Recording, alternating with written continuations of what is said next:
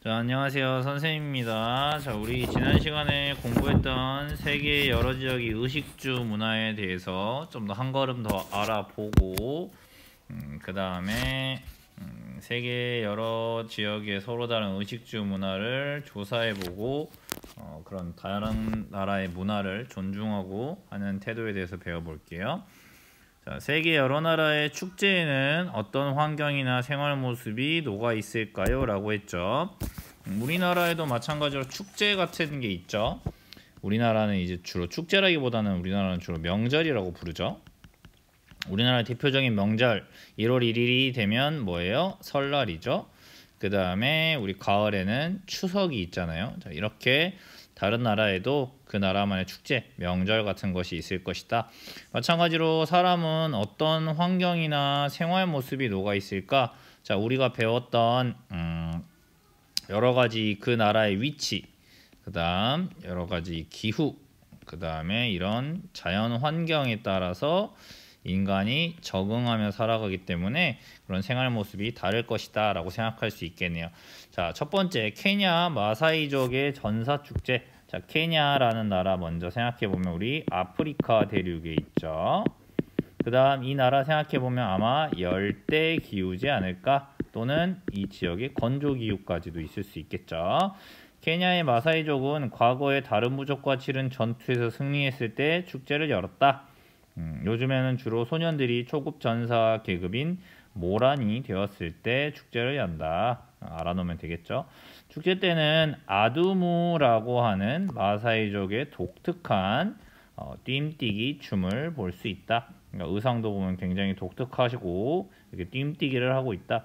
선생님도 이제 이 관련된 걸 봤을 때 전투를 한다고 해서 사람을 죽이거나 그런 게 아니라 이 나무 막대기로 이제 싸움을 하더라고요. 그래서 상대방이 이제 뭐 더 많이 맞아가지고 지면은 이제 패배를 인정하는 거죠. 그래서 서로 죽이거나 이제 그런 것은 아니더라고요. 그래서 마사이족의 축제. 케냐 하면 또 유명한 게 우리 잠보 부아나라는 노래 혹시 아시나요?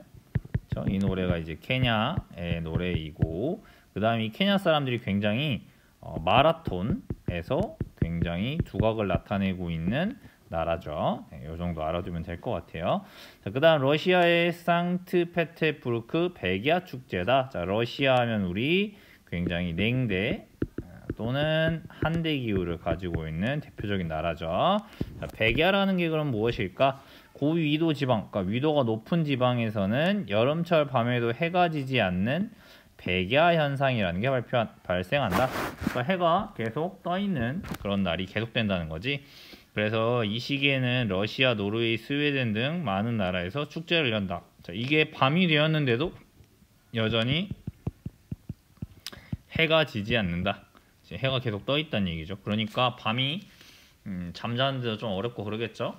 낮에 엄청 긴 거니까 그걸 이용해서 이렇게 축제를 하고 있다라는 것을 볼 수 있겠네요. 선생님도 한 번도 경험해보지 않았는데 반대로 이제 어느 겨울 같은 계절에는 해가 엄청 짧거나 해가 아예 안 뜨는 시기도 존재를 하는 거죠.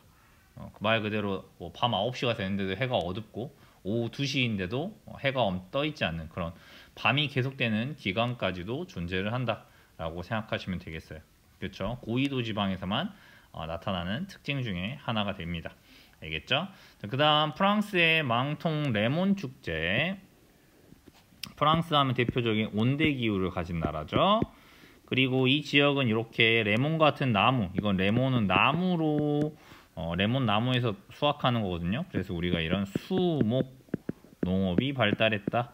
그러니까 나무를 키워서 레몬 같은 열매를 얻는 이런 농업들이 유럽이나 지중해 나라에 굉장히 발달해 있다라고 보면 되겠죠. 지중해에서 그래서 많이 생산되는 게 포도, 올리브, 오렌지, 레몬 이런 게 대표적으로 전부 다 뭐야? 나무에서 열리는 과일들이야. 됐지?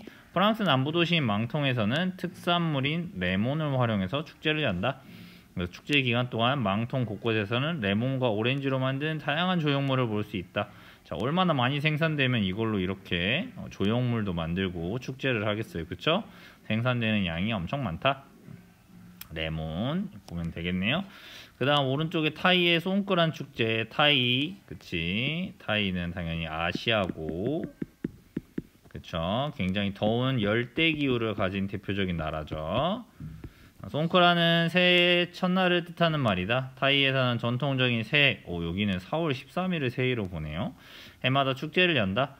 1년 중 기온이 가장 높을 때다. 그러니까 가장 더울 때라고 하네요. 그래서 이 사람들은 더위를 식히기 위해서 서로에게 물을 뿌리면서 더위를 식히고 축복을 빌어주기도 한다 라고 보시면 되겠습니다.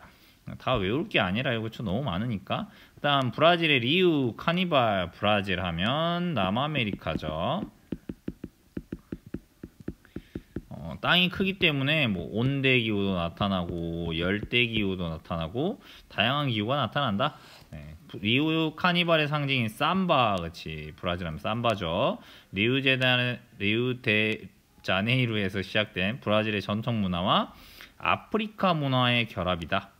브라질의 전통 문화와 아프리카, 즉 여기 브라질에 또 흑인들이 굉장히 노예로 와서 많이 일해서 이 문화가 결합되었다. 남아메리카의 특징이죠. 문화들이 여러 가지가 섞이는 겁니다. 뭐 포르투갈이나 스페인 같은 유럽 문화와 또 브라질 전통적인 문화와 그 다음 또 이렇게 흑인들의 문화, 이런 것이 융합되는, 합해지는 그런 것들을 볼 수 있죠. 굉장히 그래서 자유롭고 이런 것들을 볼 수 있잖아요. 리우 카니발에서는 화려한 의상, 엄청 옷이 화려하죠. 이런 무용수들이 행진하며 삼바춤 경연대회를 벌인다.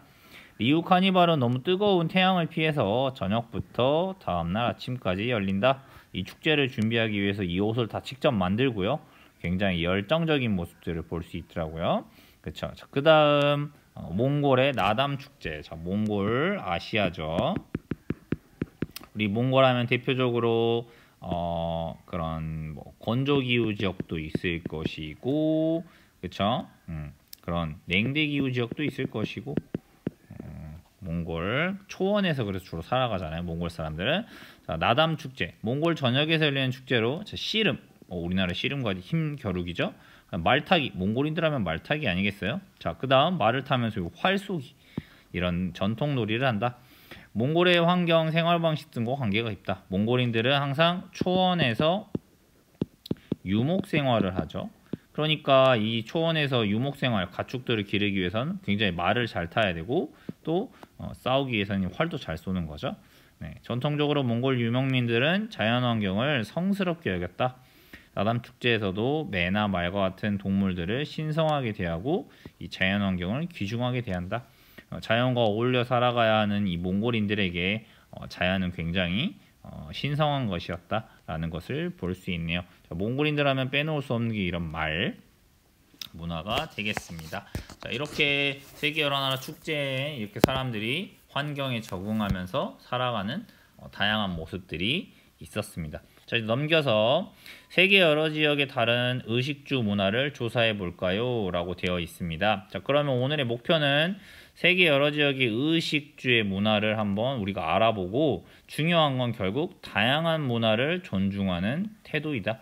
자, 모든 인간은 환경에 적응하면서 살아가고 그런 인간의 다양성을 존중해야 된다는 거죠. 누구는 뭐 야만적이고 저거는 싫어 이렇게 생각할 게 아니라, 그거는 그 사람들이 수천 년간 자연의 환경에 적응하면서 그들만의 살아온 생활 모습이다. 자, 이렇게 생각을 해야지. 그쵸? 좋습니다. 자, 그러면 내용을 볼까요? 세계 여러 지역에서는 자, 저마다 다른 뭐의 영향을 받는다? 환경의 영향을 받는다. 그래서 이런 의식주 문화가 다르게 나타난다. 자, 그러면 서로 영향을 받은 이 환경에는 크게 보면 두 가지가 있다고 배웠잖아요. 첫 번째는 무슨 환경이야? 자연 환경. 두 번째는 무슨 환경이야? 인문 환경. 자연 환경은 말 그대로 자연이 만들어낸 거니까 첫 번째는 뭐 그 나라의 위치라든지, 그 다음 산이나 강이나 들이 있냐, 높은 산이 있고 이런 거냐, 지형, 땅의 모양인 지형의 영향을 받겠죠. 그 다음 이런 거에 영향을 받는 날씨, 즉 기후의 영향 등등등등 여러 가지가 자연 환경이겠죠. 그 다음 인문 환경이라는 건 뭐예요? 인간이 만든 거죠. 그렇죠? 그러니까 전체적인 문화, 그지? 그 다음 또는 이 사람들이 살아가는 방법인 종교, 그 다음에 이 사람들은 어떻게 국가를 운영하느냐, 정치 등등등등 이런 것들이 바로 인문 환경이라고 할 수 있어요. 자, 이런 것들이 영향을 받아서 서로 사람들이 먹는 거, 그 다음에 입는 거, 그 다음에 집에서 살아가는 방식이 다 다를 것이다 라는 겁니다. 첫 번째 어떻게 조사할 거냐? 첫 번째 주제와 조사 지역을 정해야겠죠. 세계 여러 지역의 사람들의 의식주 생활 모습, 이것이 바로 주제잖아요. 그렇죠? 그럼 나는 어느 지역을 할 것이냐? 내가 관심 있는 지역을 주제로 정하면 되겠죠. 두 번째로는 조사 계획을 세워야겠죠. 뭘 조사할 건지 내용을 정하고 어떤 방법으로 찾을 건지, 모둠별로 조사한다면 역할을 나누어 볼 수도 있겠죠.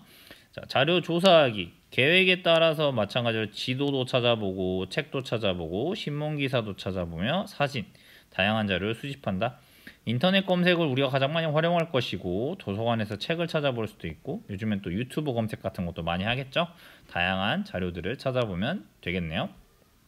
친구들에게 잘 이해를 시켜줄 수 있는 다양한 매체를 활용하는 거죠. 우리 국어 시간에 배웠던 다양한 매체, 그림, 지도, 사진, 그 다음 동영상까지, 그지? 이런 다양한 자료들을 찾아주면 좋겠죠. 친구들이 더 잘 이해할 수 있을 거 아니에요.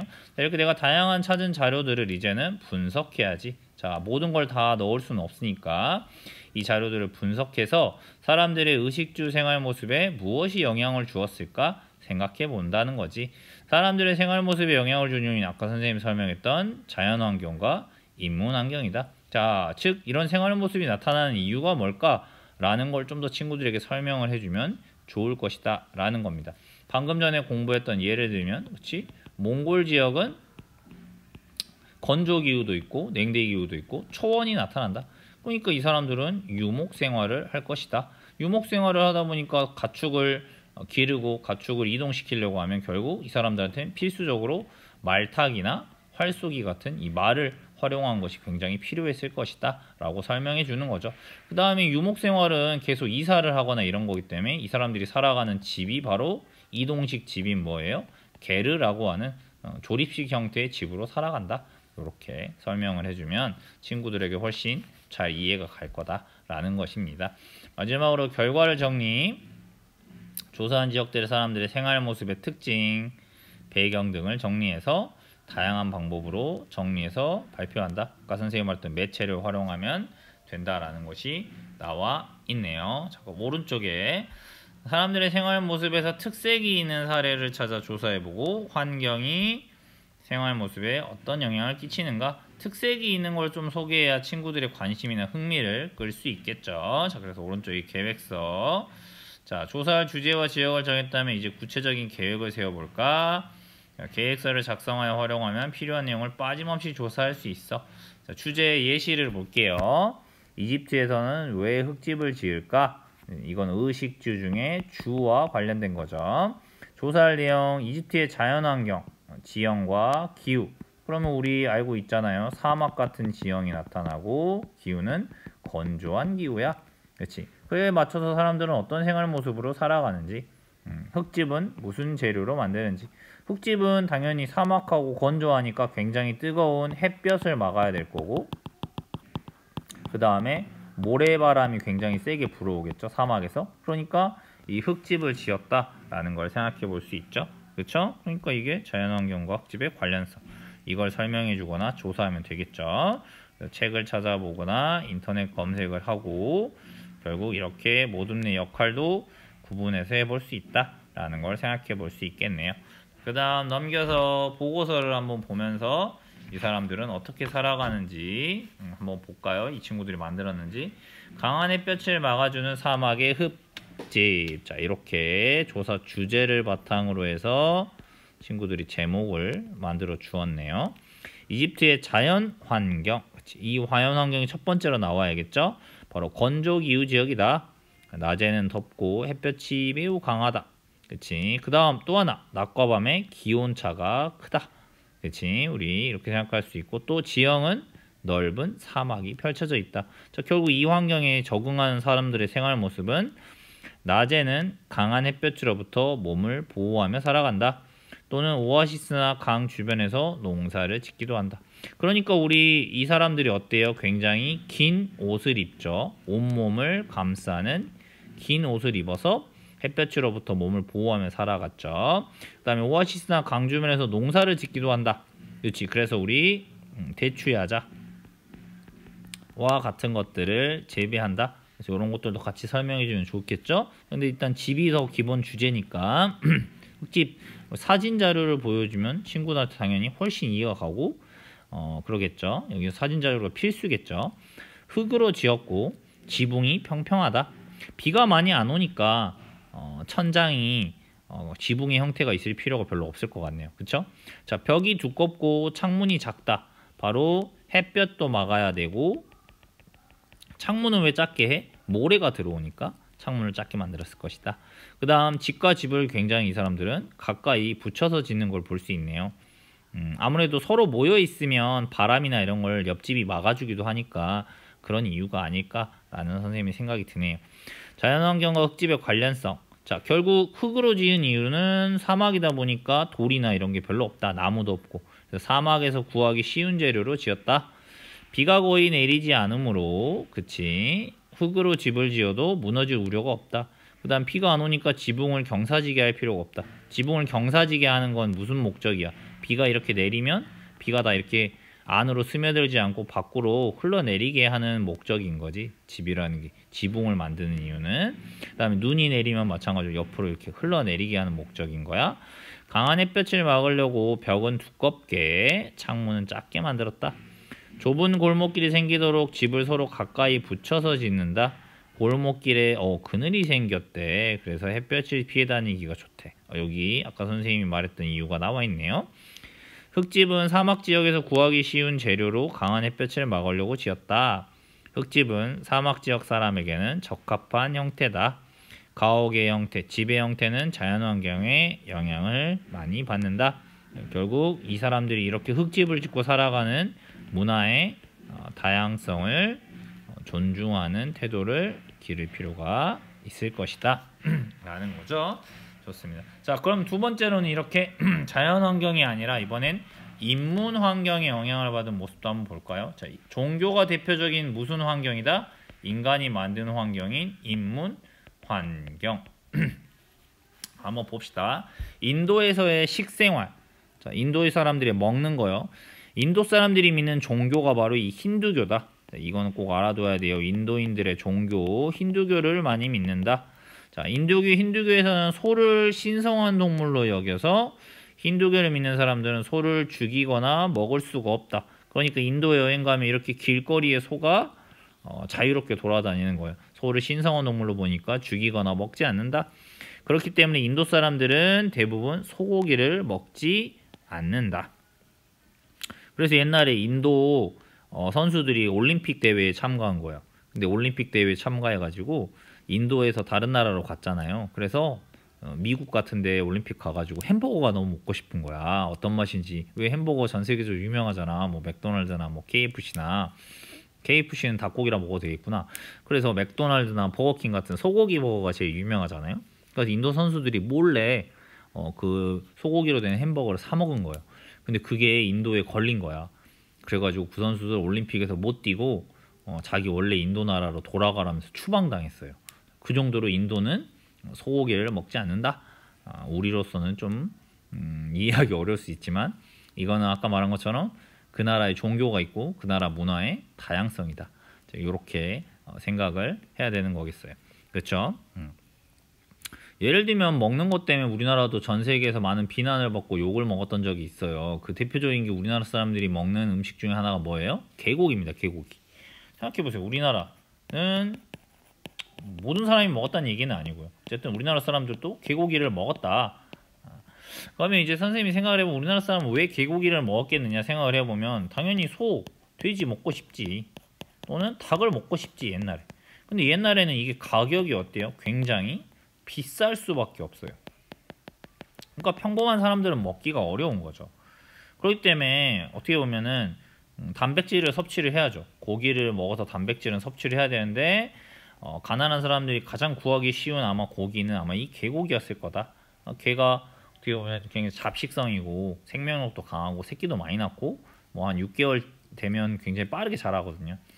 그래서 이제 우리나라 사람들은 단백질을 보충하기 위해 개고기를 먹었을 것이고, 그런 음식이 바로 뭐예요? 육개장이잖아. 육개장, 우리가 먹는 육개장. 이런 형태의 음식이 있었던 거지. 물론 지금은 육개장에서 개고기를 넣는 게 아니에요. 지금은 보통 육개장에 소고기를 넣죠. 어쨌든 이런 게 우리나라의 문화인데, 전 세계에서 이제 유럽의 뭐 프랑스인들이 막 우리나라는 개고기를 먹는다면서 막 야만인이라고 막 비난하고 막 비판하고 막 그랬던 적이 있어요. 물론 뭐 선생님이 개고기를 옹호하겠다는 게 아니라, 선생님은 개고기를 먹지 않지만, 어쨌든 이게 우리나라의 문화였던 거는 그 사람들이 먹고 살기 위해서 게를 먹을 수밖에 없었던 것도 있잖아요. 여러분이 만약에 게썰매를 끌고 남극을 가가지고 여행을 하다가 도저히 먹을 게 다 떨어졌어요. 여러분이 먹지 않으면 죽는 상태에 왔어요. 그러면 나를 위해서 썰매를 끌어준 개지만, 정말 불쌍하긴 하지만 개하고 같이 얼어 죽을 수는 없는 거잖아요. 그러면 개를 잡아서 인간은 먹을 수밖에 없는 거죠. 생존이 먼저니까. 그거를 어떻게 잔인하다고 말할 수 있겠습니까? 물론 뭐 나는 도저히 개를 못 먹겠다라는 신념을 가진 사람이 있을 수도 있겠죠. 하지만 그런 극한의 상황이 되면 대부분의 인간은 나의 생존이 먼저죠. 그런 문화적인 차이가 있다라는 걸 생각하면 되겠죠.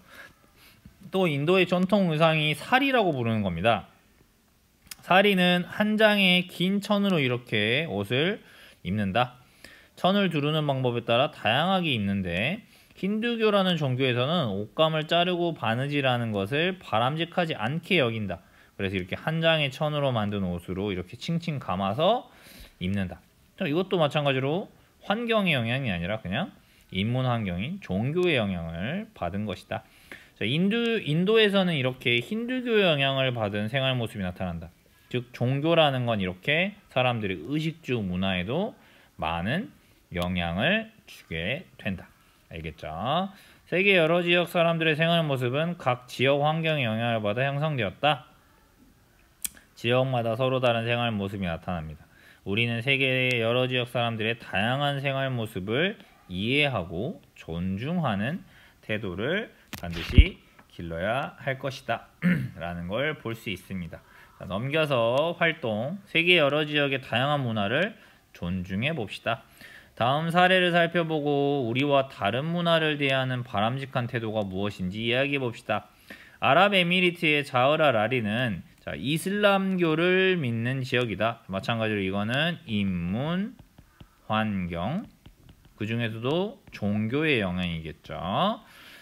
최초의 여자 피겨스케이팅 선수래요. 히잡이라고 하는 것, 여기 머리에 이렇게 두른 것을 히잡이라고 부른다. 자, 이렇게 얼굴을 가리는 형태죠. 피겨스케이팅 선수가 겨울 스포츠 국제 종합대회에 참가한 것도 이번이 처음이다. 여기 아랍에미리트에 사는 지역은 대표적인 건조기후, 그 다음 더운 지역이기 때문에 이렇게 빙상이라고 하는 얼음,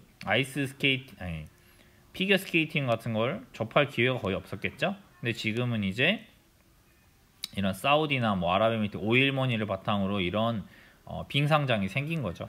그래서 히잡이라는 것은 이슬람교를 믿는 지역에서 여성들이 천으로 머리를 가리는 의복이다. 그러니까 종교에 따라서 이 히잡을 쓰고 경기를 했다라는 거예요. 자흐라 라리가 특색 있는 옷차림으로 경기에 참여하게 된 배경을 설명해 봅시다. 그렇지? 바로 뭐예요? 어느 종교? 이슬람교에서는